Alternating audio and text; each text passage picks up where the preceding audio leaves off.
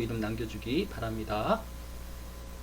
2021년 12월 2일 논리적 사고와 합리적 비판 제 12주차 두 번째 시간 수업을 시작하도록 하겠습니다. 앞의 시간에 우리 이조인 강훈구 학생은 팀의 리더자를 제비뽑기 형식으로 선출하였다라고 하였습니다. 과연 리더자를 제비뽑기 방식으로 선출하는 것이 바람직할까요? 올해 21년 5월 3일 기사에 따르면 세계의 리더십 최고 학술지인 더 리더십 쿼러리에서는 제비뽑기로 리더를 선출하면 어떨까라는 주제로 기사를 실었던 것을 볼 수 있습니다.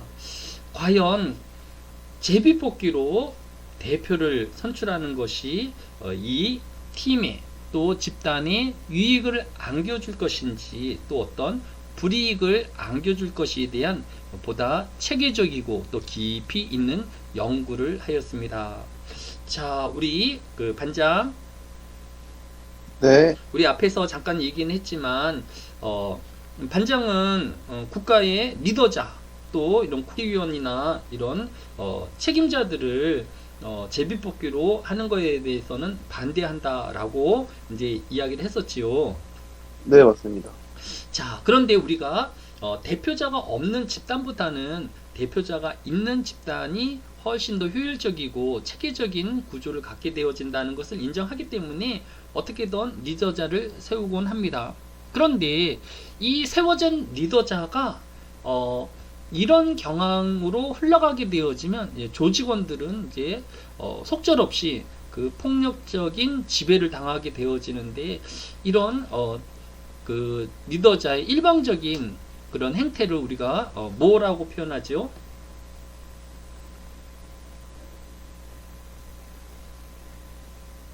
어떤 리더자가 가장 두렵고 또 바람직하지 않을까요? 조직원의 의견을 듣기보단 자기의 생각대로 움직이려는 리더가 네, 뭐 우리 그런 주변 나라 중에서 어떤 나라가 있을까요? 북한이지 않을까 싶습니다. 네, 북한은 이렇게 한 사람의 이런 독재적인 이런 권한을 행사하여서 그 조직원들이 많은 이런 그 괴롭힘과 또 여러 어려움들을 겪게 하는 것을 볼 수 있습니다. 리더자를 세웠을 때 가장 걱정되어지는 것이 이 리더자가 독재를 하게 되지 않을까 하는 염려가 가장 큰 리스크인 것을 알 수 있습니다. 이 기사에 따르면 또 이 그 리더십 최고 권위를 갖고 있는 학회에서 낸 주장에 따르게 되어지면 제비뽑기로 리더자를 선출하게 되어지면 최소한 이 리더자는 자신이 똑똑하고 능력이 있어서 또 내가 이 자리에 올랐다라는 교만함이나 또 자만감에 빠질 확률이 훨씬 적게 되어진다라는 것입니다. 그래서 제비뽑기로 하게 되어지면 독재로 흐를 경향이 현저히 낮아진다라는 그런 장점이 있다라는 것을 알게 되었습니다. 그러면 이론적으로는 그러한데 역사적으로 실질적으로 제비뽑기로 리더자를 정한 경우가 있었는가? 있었다는 거죠. 이 리더십 연구기관에서 조사에 따르면 이탈리아의 베네치아 공화국은 총리를 뽑을 때에 이렇게 제비뽑기로 이렇게 총리를 뽑았다라고 합니다. 이탈리아는 이렇게 공화국 중심으로 지역이 공화국 중심으로 이렇게 성장을 하였는데 여러 공화국 중에서 가장 활발하고 또 경제적인 부를 가장 많이 누렸던 공화국 중에 하나가 바로 이 베네치아 공화국입니다. 그런데 이 베네치아 공화국이 이런 제비뽑기로 리더자를 선출하였음에도 불구하고 이런 부귀와 또 안정된 정치를 이끌어 나아갔던 것을 볼 수 있습니다. 뿐만 아니라 스위스의 바젤 대학에서 교수를 뽑을 때에 또 제비뽑기로 교수를 뽑긴 하였다라는 것입니다. 오늘날 바질 대학은 또 세계 유수 대학과 견디어서 또 빠지지 않는 명문 대학인 것을 볼 수 있습니다. 어떻게 교수자를 뽑을 때에 제비뽑기로 교수자를 뽑을 수 있었을까요? 우리 반장, 네. 대학에서 교수를 뽑을 때 제비뽑기로 교수를 뽑으면 될까요? 안 될까요? 안 된다고 생각합니다. 네. 혹시 이제 뭐 베네치아 공화국에서 뭐 이렇게 그 총리를 뽑는 건 총리를 또 지원하는 이제 강요가 있고 또 이런 행정 조직들이 있으니까 견제가 되는데, 이 교수자는 이제 그 강의실 내에서 이제 단독으로 학생들을 상대하고 가르치고 또 지도해야 할 교수인데, 아니 이 교수를 제비뽑기로 뽑는다는 거예요. 이게 과연 가능할까? 그런데 그 무제한적인 제비뽑기가 아니라, 아까 반장이 제비뽑기는 제비뽑기대 어떤 정치 리더자는 어떤 방식의 제비뽑기를 한다고 했었지요? 그 부분에 속한 인원, 그 약간 그 분야에서 뛰어난 인원들이 모인 네, 집단을 일단은 거는 이 정치의 제비뽑기입니다. 전문가 중에서 그 중에서 제비뽑기를 해서 이런 정치 리더자를 뽑는 거라면 이제 반장은 인정할 수 있다라고 아까 제안을 했었지요.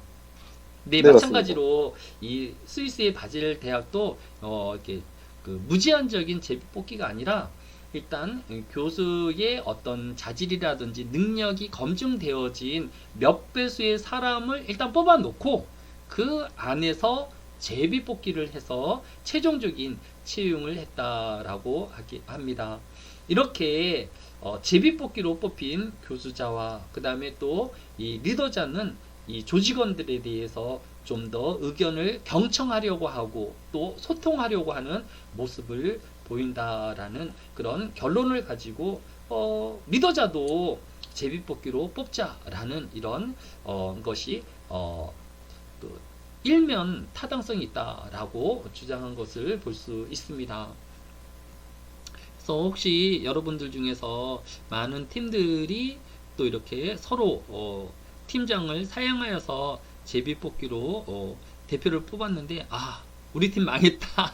시작부터 이게 뭐 열정을 갖고 있는 팀장이 없고 그 다음에 또 이런 리더자가 없어서 우리 팀 망했다라고 생각되어질 수 있는데, 어떻게 보면 그것이 또 조직원들이 더 소통을 하고 또 서로 나누어 가지고 또 함께 만들어가는 팀을 만들 수 있는 한 방편이 되어줄 수 있다라는 그런 긍정의 메시지로 여러분들이 해석할 수 있기를 바랍니다.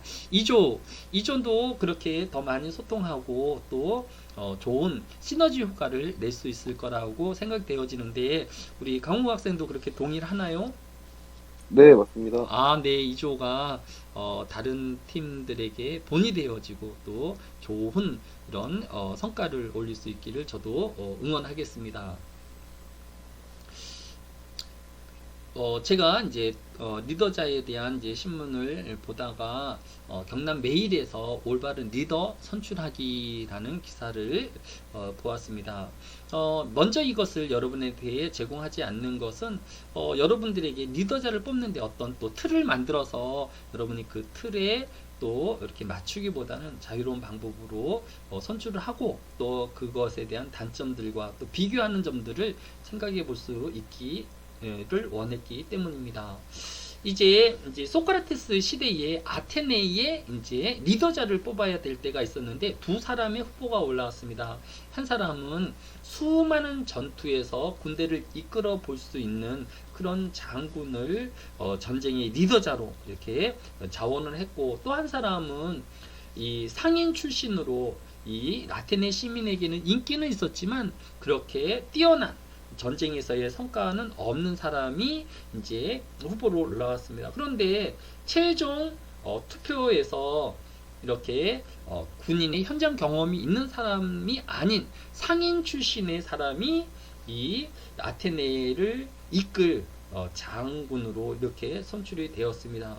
너무도 낙심하고 또 너무 속상해서, 아니 이렇게 경험도 없는 사람을 이렇게 리더자로 뽑아서 도시국가인 아테네가 어떻게 전쟁을 이끌어 나가고 평안할 수 있겠느냐라고 이 아리스토텔레스에게 하소연을 하니까 이 그 소크라테스가 이 사람에게 좋은 리더자는 분야만 다를 뿐 각기 같은 장점들을 요소들을 가지고 있다 하기 때문에 그도 좋은 리더자가 좋은 이 도시의 지도자가 될 것이다 라고 하였습니다. 그러면서 이 그 소크라테스가 제시한 이 6가지의 리더자의 자격에 대해서 이렇게 정리를 해 놓았습니다. 적임자를 적재조소에 배치하라. 아까 2조가 이제 자신이 잘할 수 있는 분야를 전문가 집단으로 보내었던 것처럼 잘할 수 있는 일들을 팀원들에게 맡기는 것이 필요합니다. 두 번째로 잘못은 처벌하고 잘한 것을 칭찬하는 이런 풍토를 만들어서 잘못을 줄여 나아가고 또 잘하는 점들을 확대해 나아가는 그런 풍토를 만들도록 하였습니다. 또 아랫사람들이나 또 동료의 조력을 또 이끌어내고 호의적인 관계를 유지하도록 서로 노력해야 할 것을 또 획득한 것을 유지하고 또 관리하는 그런 체제를 만들 것을 또 열심히 일을 하고 또 열정적으로 할 수 있는 동기부여를 서로 끊임없이 제공하는 그런 자가 좋은 리더자인 것을 이렇게 소개하고 있는 것을 볼 수 있습니다. 여러분 팀에 어떤 팀장이 세워졌던 간에 팀장들은 이런 요소들을 생각하여서 팀원들을 계속 격려하고 칭찬하고 또 협력과 조력과 함께 할 수 있도록 분위기를 계속 이끌어 나아가고 또 조원들도 그러한 팀장에게 협력하는 팀원들이 되어지기를 바랍니다.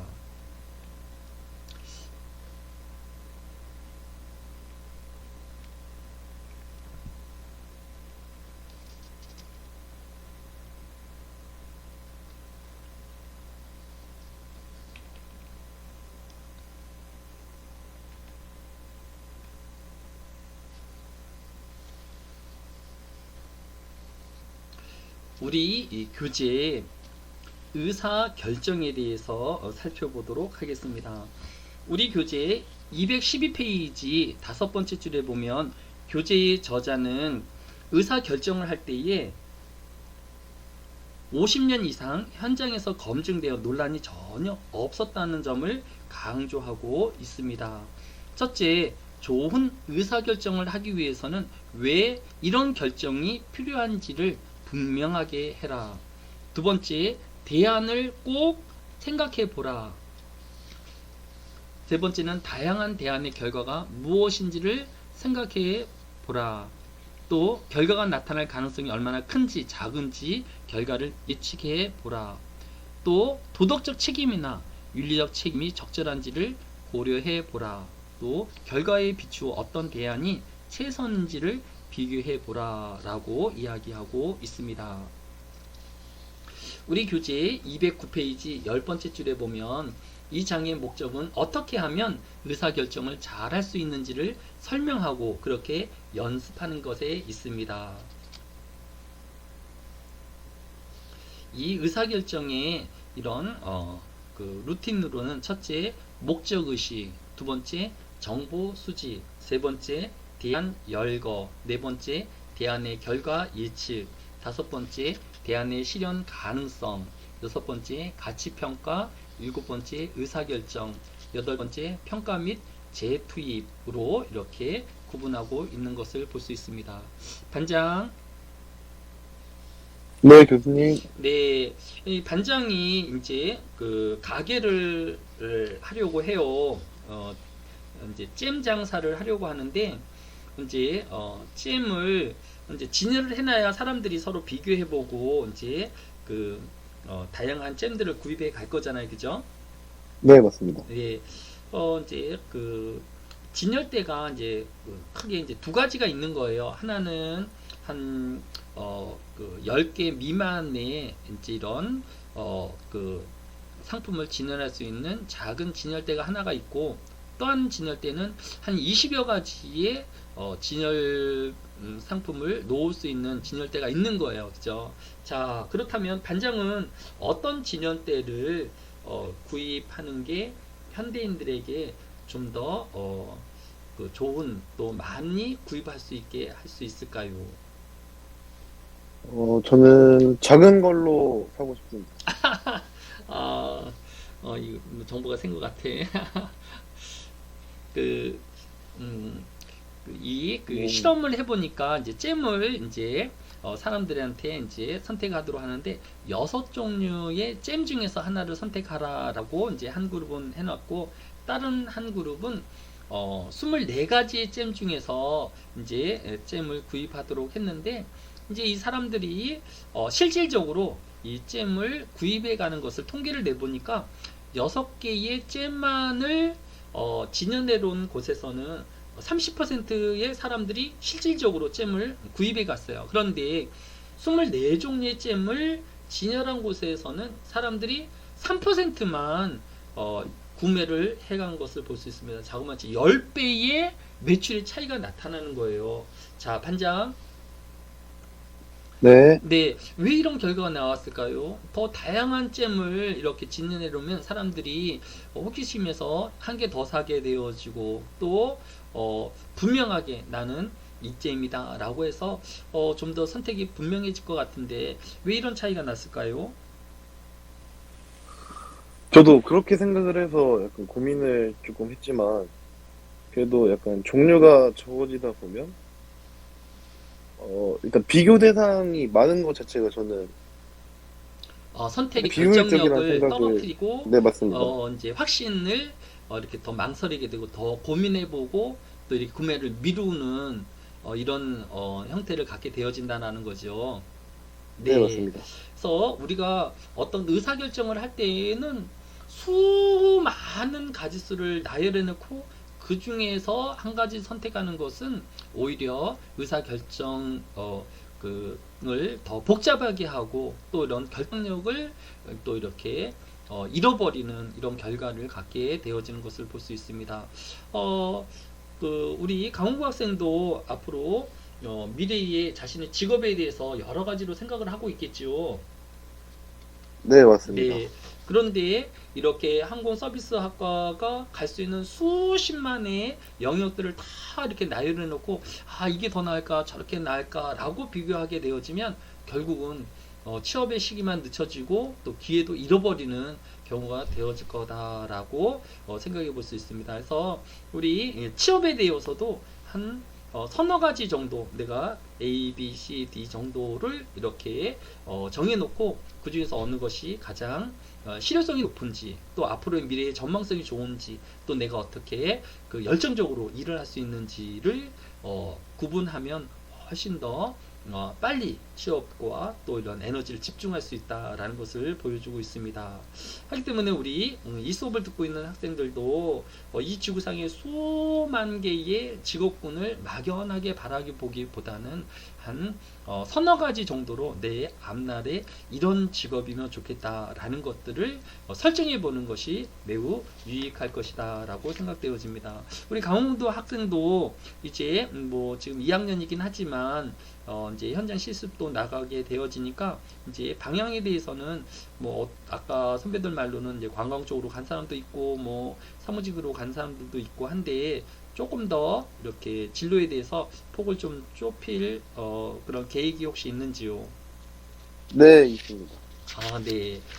그렇게 자신이 원하는 분야에 집중적으로 전문 훈련이 잘 되어지면 훨씬 더 좋은 직업인으로서, 또 회사가 원하는 그런 이제 신입사원이 되어질 수 있을 것입니다.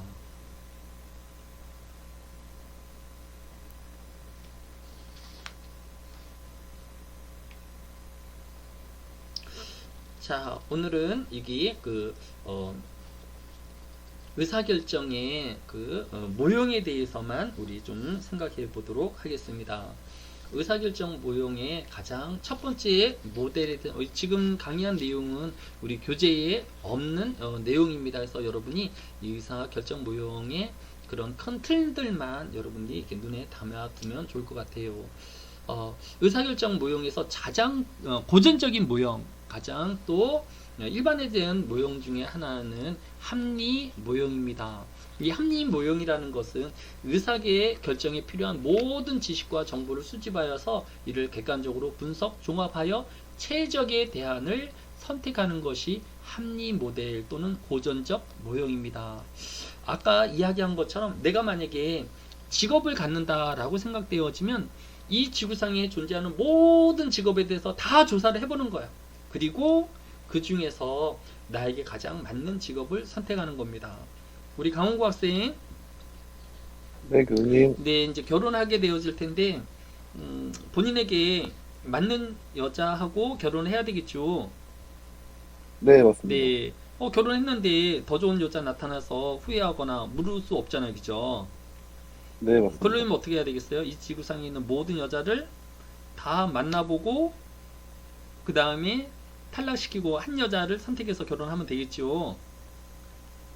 네. 아이, 그럼 도대체 하루에 데이트를 몇 번 하겠다는 거야?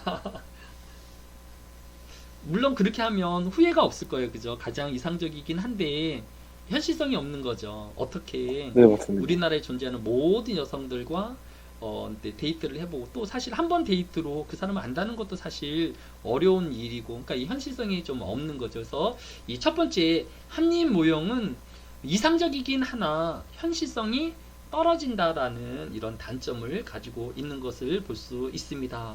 자, 두 번째 의사결정 모형으로는 만족 모형이 있습니다.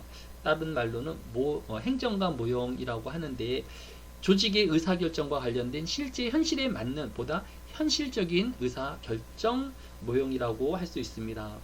객관적인 자료를 바탕으로 여러 대안을 모색하지만 최종적인 대안을 결정할 때에는 더 만족스러운 대안을 선택하는 것입니다. 만족할 수준을 미리 정해놓고 대안을 탐색, 여러 대안이 이 수준을 넘을 경우 이를 선택, 대부분의 의사결정 문제를 처리하는 데 매우 적절한 모형입니다. 우리 그 반장은 이제 백화점에 가서 옷을 구입하게 되어지면 백화점에 옷이 수없이 많이 있겠죠. 네. 근데 그 옷들을 다 입어보고 살 수도 없어요. 그리고 또 그 옷이 나한테 어떻게 비춰주는지 또 객관적으로 사람들한테 물어보고 평가해보고 나도 만족하고 그 이 옷을 바라보는 사람들도 만족시키는, 그렇게 백화점에 옷을 살 수는 없어요. 그죠? 네, 맞습니다. 네. 그러면 우리 반장은 어떻게 옷을 사나요? 저 같은 경우에는 가서 고르는 게 아니라 어떤 종류의 옷을 사야겠다라고 대충 생각을 한 뒤에 가서 이제 그 종류의 옷들을 구경하면서 후보들을 몇 가지 세워놔서 그 중에 하나 선택해서 결정을 하는 것 같습니다. 아, 네. 먼저 우리가 이제 어떤 물건을 살 때는 일단 가격을 정하게 되겠지요. 물론 이제 돈에 구애를 안 받는 사람들도 네, 몇 명 맞습니다. 있겠지만, 내가 한 10만 원 정도 맥시멈, 내가 한 3만 원, 4만 원짜리를 사겠지만, 하여간에 눈에 확 띄면 10만 원까지는 내가 지출하겠다라고 이제 선정을 하고, 그 다음에 그 10만 원 안의 옷들을 이제 입어보는 거예요. 물론 나머지 옷들은 입어보지 않았어요. 한데 지금 그 예산 안에서 내가 지금 입은 옷이 만족스러워요. 그렇게 크게 불만이 없어요. 하면 나머지 옷들은 검토해보지 않았고 만나보지 않았지만 그 옷을 어떻게 해요? 구입하는 거예요. 이것이 바로 만족 모형이에요. 어느 정도 자신이 지출할 돈이라든지 또 시간이라든지 또 기준점들 정해놓고 그 수준만 넘어가면 더 좋은 것이 뒤에 있을 수도 있겠지만, 내가 이 정도에서 나는 만족스러운 결정을 한다라고 해서 결정을 하는 것이 바로 이 만족 모형 또는 행정가 모형이라고 할 수 있습니다. 자, 우리 첫 번째 고전적 모형하고 구분할 수 있겠지요. 네, 우리 세 번째 모형은 점증 모형입니다. 이 점증 모형은 만족 모형의 경우 특수한 전력을 필요로 하거나 대안 정의가 어렵고 기대 수준과 관련하여 대안 결과 예측이 어려운 경우 적합하지 않을 수 있습니다. 따라서 기존의 틀 속에서 기존의 정책에서 수정 보다 개선된 대안을 추구하고 새로운 대안이나 정책의 결정이 수반되는 갈등과 혼란을 감소시킴으로써 정치체제 그 자체의 유지에도 유리한 점이 있는 모형이 바로 점진 모형입니다. 온 건 지향적이고 보수적인 조직에 적합하고 혁신적인 의사결정에는 조금 부적합할 수가 있을 것입니다. 이 점증 모형을 선택하는 이유는 모든 정책 대안을 조사할 시간이나 정보 비용의 한계를 느끼게 되어질 때, 또 새로운 상황이 불확실할 때, 또 이런 기존의 방법들을 폐기하고 새로운 것으로 이제 시행하게 되었을 때의 매몰 비용에 대한 이런 불확실성을 제거하기 위해서 점증 모형을 선택하는 것입니다. 자, 한마디로 점증 모형이라는 것은 내가 지금 집을 갖고 있어요. 그런데 또 이 세상에는 여러 다양한 집들의 형태가 있습니다. 고층 빌딩에 있는 것도 있고, 또 전원주택도 있고, 또 특수한 이런 재료로 사용하는 주택도 있는데, 그런 주택들을 다 살아보거나 또 이렇게 샘플링해서 하는 것이 힘든데, 이 점증 모형은 내가 지금 현재 살고 있는 집을 기준으로 하여서 좀 더 나은 집을 선택하는 거예요. 그래서 지금 방이 3개밖에 없는데, 우리 집에는 좀 이런 취미생활을 할 수 있는 방이 하나 더 있으면 좋겠다. 그리고 조금 더 단열이 잘 되어지고, 또 소음을 밖에서 들려오지 않거나 또 밖으로 나가지 않는 이런 구조였으면 좋겠다 하면, 다른 조건은 그대로 유지하면서 그런 부족한 부분들을 더 채울 수 있는 대안들을 선택해 나아가는 것이 바로 이 점증 모형입니다. 우리 반장, 네. 네, 우리 반장은 지금 현재 뭐 사용하고 있는 뭐 이렇게 볼펜이라든지 아니면 핸드폰이라든지 뭐 좀 이렇게 좀 아쉬운 점이 뭐 없나요? 지금 혹시 핸드폰 모형을 뭘로 쓰고 있죠? 저는 아이폰 쓰고 있습니다. 아이폰 지금 모형이 좀 구형인가요? 아니면 요새 나온 신형인가요? 작년에 나온 상품입니다. 그러면 아직까지도 뭐 불편한 것이 있나? 이거 좀 화면이 조금 크게 쓰면, 아니면 조금 뭐 이렇게 속도가 빨랐으면 하는 뭐 그런 아쉬운 점들은 혹시 있나요? 제가 손이 크다 보니까 아무래도 핸드폰이 제가 생각하기에는 좀 작게 느껴져가지고 좀 커졌으면 좋겠습니다. 그러면 지금 이제 시중에 뭐 갤럭시 뭐 또 트윈이완 뭐 여러 가지 이제 뭐 폴더폰 여러 가지가 나와 있는데, 또 새로운 그런 이제 뭐 폴더폰이라든지, 그 다음에 폴더폰 말고 또 이렇게 이렇게 2가지 화면 갖고 있는 그런 게 뭐죠? 폴더폰 말고 또 하나가 요새 또 새로 종류가 있던데, 플립 형식으로 돼서 이렇게 화면을 열 수 있는 여러 가지 형태가 있는데, 그러기보다는 지금 현재 아이폰에는 만족하고 있는 거죠. 네, 네, 맞습니다. 다만 화면이 조금 더 크고 이런 이제 이렇게 조작하는데 불편하지 않기를 원하는 거니까, 그러면 이제 요새 최근에 나온 것 중에서 화면이 좀 더 크고 조금 이런 손에 익을 수 있는 그런 모델로 바깥하는 그런 이제 선택을 하는 결정이 바로 이 점증 모형입니다. 기존에 있는 그런 선택을 바탕으로 해서 한두 가지 더 개선하고 보완하는 방법으로 이렇게 나아가는 것입니다. 이거는 이제 정치 같은 경우, 또 법이라든지 또 정책 같은 경우에는 이런 점증 모형이 상당히 중요합니다.